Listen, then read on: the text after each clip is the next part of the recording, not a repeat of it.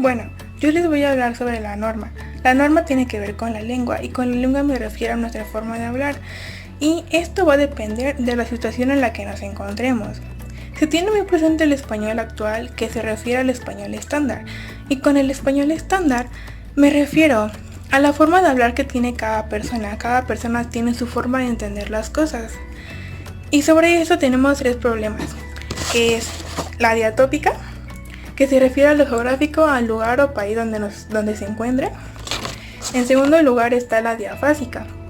Esto tiene que ver con el lenguaje formal, informal o coloquial, que como ya lo mencioné, tiene que ver con que una palabra, por poner un ejemplo, aquí en México significa una cosa y en Colombia significa otra cosa muy diferente. Y por último y en tercer lugar está la diastrática.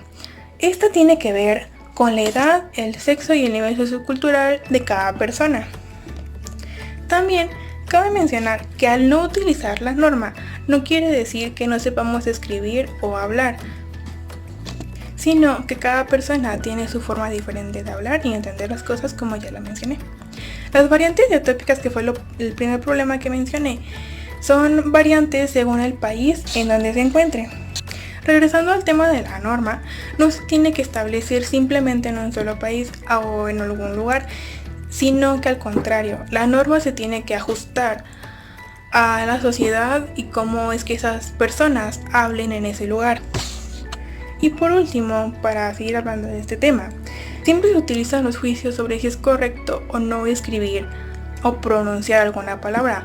Un ejemplo es la palabra haya, o sea que se pronuncia así, o aiga, pero tiene que ver también de que las personas ya están acostumbradas a decirlo así y no puedes llegar solamente y decirle pues que no se dice así y corregirlo, eso también puede estar mal. Hablando de fenómenos ditópicos, en la cuestión oral se encuentra el ceseo y el ceseo. El ceseo es cuando se pronuncia con el sonido de S, lo que son letras como la C y la Z, la C cuando se encuentra antes que la E o la I. Existen dos tipos de ceseo, uno que llega en el siglo XV y después se traslada a América. Este es el reajuste fonológico de la norma meridional española y es el que goza de la aceptación culta. El otro ceseo surge con el contacto que tiene el español con otras lenguas. Por otro lado, el ceseo no tiene el impacto que tiene el otro, y este tiene una sección geográfica muy limitada y está en solamente zonas aisladas de América. También tenemos lo que es el yeísmo. Este es cuando se pronuncia de la misma forma la Y y la doble L. En el nivel oral escrito se señalan otros fenómenos. Uno de ellos es la forma en la que se pronuncia y se escribe la segunda persona. El voceo es tradicionalmente pronominal y además verbal, pero también se puede utilizar solamente de una forma. En España se utiliza lo que es el plural de dos formas. Puede utilizarse con vosotros o con nosotros y de la forma formal de igual manera. Mientras que en América de forma informal se utiliza el ustedes y de forma informal se usa el tuteo. En conclusión, este tema de la norma es muy importante conocerla, saberla y tal vez en algún momento aplicarla. A nosotros como futuros docentes nos va a servir muchísimo conocerla, ya que vamos a tener alumnos tal vez de diferentes lugares, de diferentes contextos al de nosotros, y vamos a tener que adaptarnos a su forma de hablar, ya que puede que ellos tengan algunas palabras que para nosotros significan una cosa, pero para ellos significa otra totalmente diferente. Así que como ya lo dije, tenemos que conocerla, pero también tenemos que adaptarnos a otras formas de hablar, de comunicarse, y hay que saber también entenderlos, ya que así vamos a poder tener un buen ambiente en el aula. Que quedaron atrás los tiempos en que la lengua identificaba una sociedad, ya que ahora la lengua es pluricultural, también plurilingüística.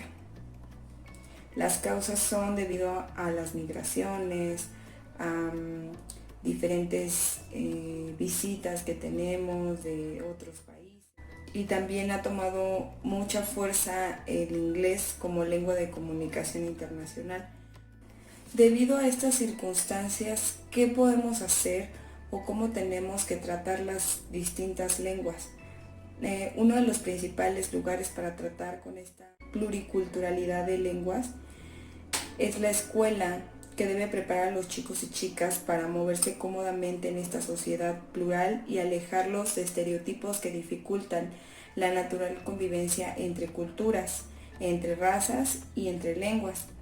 También aprender más lenguas, además de la lengua materna, y aprender a respetarlas todas, pasa a ser una necesidad básica para el desarrollo del individuo y para fomentar la convivencia social. Para esto existe un proyecto lingüístico de centro que tiene como objetivo que cada escuela elabore su propia estrategia a partir de sus características específicas, como lo son a nivel sociocultural de los alumnos, su dominio de la lengua o lenguas por parte de los profesores, y de este modo poder plantearse una verdadera acción normalizadora.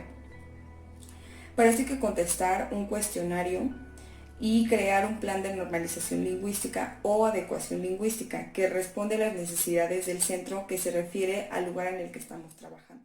Derivado de las respuestas a estas preguntas se tomarán las decisiones que marcarán la definición de la escuela en el terreno lingüístico. El profesor juega un papel muy importante en este método de normalización lingüística. Primero tiene que reflexionar el modelo de lengua que va a presentar a los alumnos, adecuar nuestro lenguaje al de los niños, como mínimo al principio, para poder establecer un puente de comunicación entre nosotros, así como mostrar a todos diferencias entre una misma lengua para que ellos no tengan problemas de comprensión cuando en los textos que tienen que leer o en las intervenciones orales aparezcan expresiones y vocablos que no pertenezcan a su estándar regional. Porque no vamos a hablar igual que como hablamos con nuestros papás o con nuestros amigos, porque con ellos podemos mantener unas conversaciones coloquiales o dialectales, y con nuestros maestros y la escuela, tratando temas de estudio, se debe mantener un lenguaje más preciso, más formal, más objetivo. Al hacer fusión de las dos lenguas, la lengua materna y la segunda lengua, obtendremos lo que es una competencia lingüística, que esta es la capacidad que desarrollamos desde que adquirimos nuestra primera lengua. Y la segunda lengua lo que hace es ayudar a sumar más aprendizajes para ir en aumento de nuestra competencia lingüística. El adquirir una lengua en el ser humano es de suma importancia, ya que esta es el primer idioma que elegimos, además de que nos sirve para mantenernos comunicados. Existe a lo que llamamos la primera lengua o lengua materna. Esta la adquirimos de forma natural, o bien con la interacción que tenemos con el medio ambiente en el que nos encontramos. Además, esta es el reflejo de las costumbres y tradiciones que tenemos de nuestra comunidad, sin dejar de lado que existe a lo que llamamos segunda lengua. Esta se da posteriormente y después de cierto tiempo. Tiene un avance progresivo en el ser humano. Esta debe ser utilizada como un instrumento innovador e interesante en la vida del ser humano. Como por ejemplo, la podemos ir adquiriendo cuando vamos a la escuela y obtenemos aprendizajes nuevos, o bien cuando hacemos manejo de lo que llamamos inglés, francés o alguna otra lengua. Como futuros docentes, debemos de tener en cuenta que el desarrollar en nosotros una competencia comunicativa y lingüística debe ayudar al alumno para que éste tenga un avance progresivo en el desarrollo de su lengua. Además, sin dejar de lado que la cuestión de la lengua es algo que debe implicar como tarea para cualquier docente, no importa la materia o la especialidad que esté impartiendo dentro de un aula de clases. Y tener en cuenta que el alumno ya trae consigo el desarrollo de una lengua, y esta segunda lengua que nosotros estemos impartiendo ir en aumento en ellos para que así pueda desarrollar un aprendizaje que le ayude a tener logros interesantes e innovadores.